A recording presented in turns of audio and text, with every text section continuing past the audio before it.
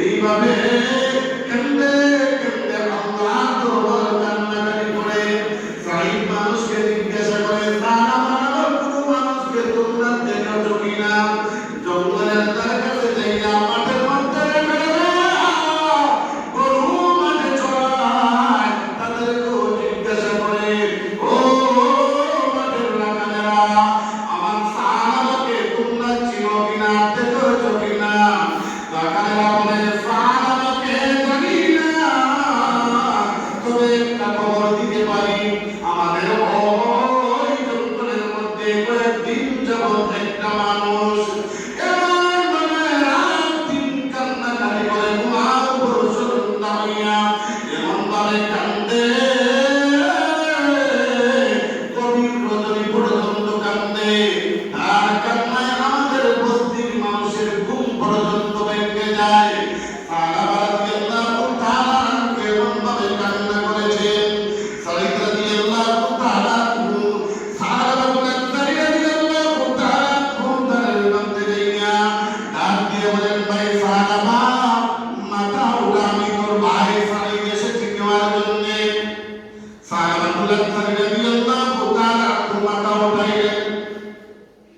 বাড়ির মধ্যে নিয়ে আসবেন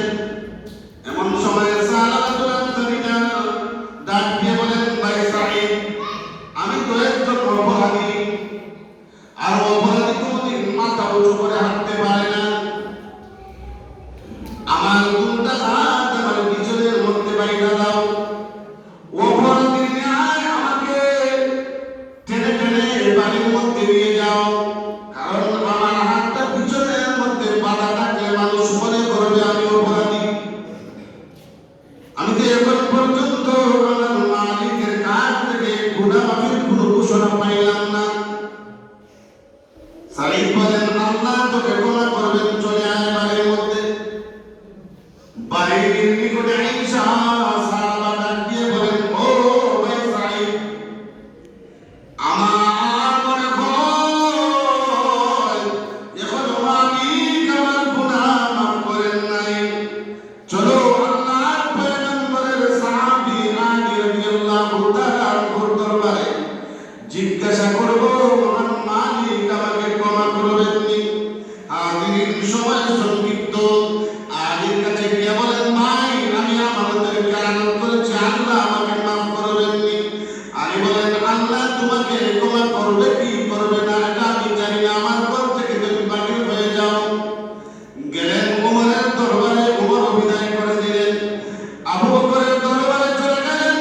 আবু বকরও বিদায় করে দিলেন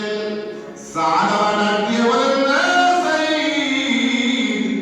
ভাবছিলাম পয়গম্বরের সম্মুখে যাওয়ার পূর্বে কোনো একটা সুসংবাদ আমি পেয়ে যাব না না এখন পর্যন্ত কোনো সুসংবাদ পেলাম না চলো যাই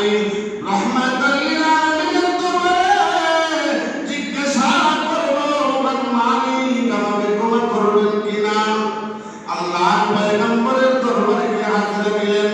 জিজ্ঞাসা করলেন ইয়া রাসূলুল্লাহ আমি অন্যায় করেছি আমাদের ত্যাগ করেছি আল্লাহ আমাকে ক্ষমা করবেন কিনা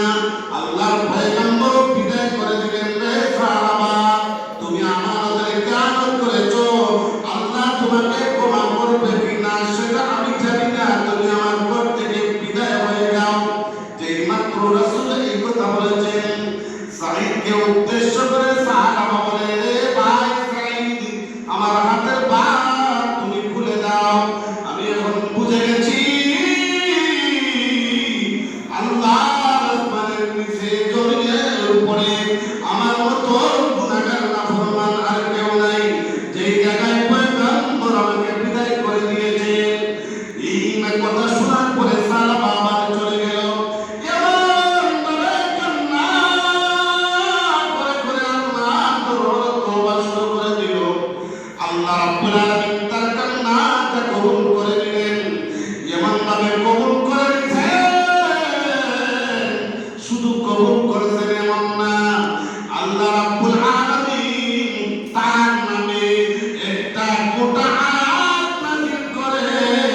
সাহাবার জিন্দেগীর সমস্ত গুনাহ মাফ করে দিয়ে দিয়েছে ইযা ফাআলু ফাহিশাতান